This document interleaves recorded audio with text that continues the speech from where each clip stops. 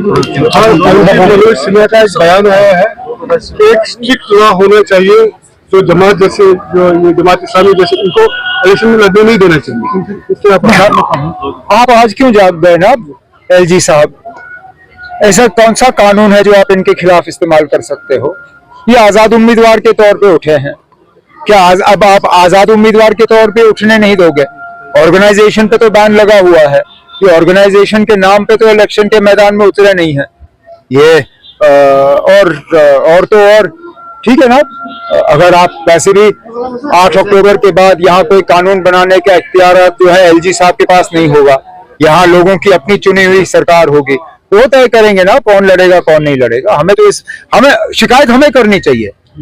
मैदान में हमारे खिलाफ उतरे हैं, वोट हमारे खिलाफ लेने की कोशिश कर रहे हैं, हम इस तरह की मांग नहीं कर रहे हैं, तो एलजी साहब क्यों कर रहे हैं ना? अब उनको क्या परेशानी है? तो साहब अभी जो सूरत वाला हम देख रहे हैं, जैसे कि इंजीनियर रशीद वो कह रहे थे लिख के दूंगा उमर साहब नहीं जीतेंगे।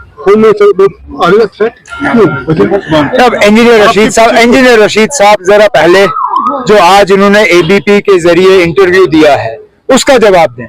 इंजीनियर रशीद साहब ने खुले अल्फाजों में ये कहा है कि आज अगर 8 अक्टूबर के बाद बीजेपी को नुमाइंदों की जरूरत पड़ी, एमएलए की जरूरत पड़ी, तो बीजेपी के लिए इंजीनियर रशीद साहब के दरवाजे खुले हैं।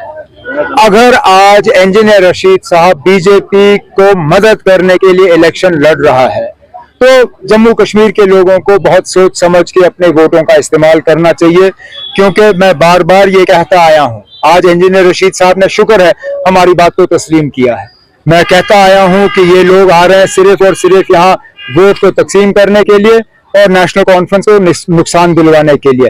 इंशाल्लाह 8 अक्टूबर को साबित होगा कि इंजीनियर रशीद साहब जो हैं उन्होंने लोगों से हमदर्दी के नाम पे वोट हासिल किए, लेकिन आज वो वोट उनको नहीं मिलेंगे। उनके कहने के मुताबिक जमात इस्लामी लाइफ लैंग्वेज कैसी है? वो कहते हैं कि वो तो आपको उनसे लेना, वो तो आपको इंजीनियर से पूछना पड़ेगा, क्योंकि आज इंजीनियर बीजेपी की मदद करने के लिए तैयार है।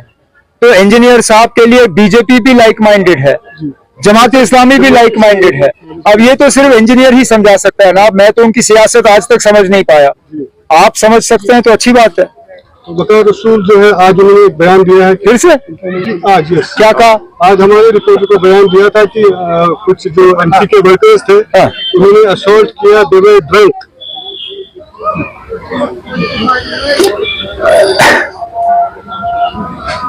तब फ्रस्ट्रेशन में लोग बहुत कुछ कह जाते हैं। वकार रसूल साहब कुछ ज्यादा ही फ्रस्ट्रेट हो गए हैं। अब इलेक्शन खत्म हो गया है, उनको चुपचाप बैठना चाहिए, 8 अक्टूबर का इंतजार करना चाहिए। लोगों का फैसला हमारे सामने होगा।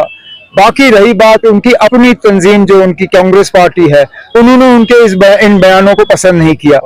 उनको जो नए पीसीसी के सदर बने हैं उनकी तरफ से मार पड़ी है एक बयान के जारे। उन्हें अपनी पार्टी का जो है नेशनल कांग्रेस का ख्याल रखना चाहिए। हम अपनी पार्टी का ख्याल रखेंगे ना। जवाब नहीं दिया इस बात का। आप इनको क्यों लगता है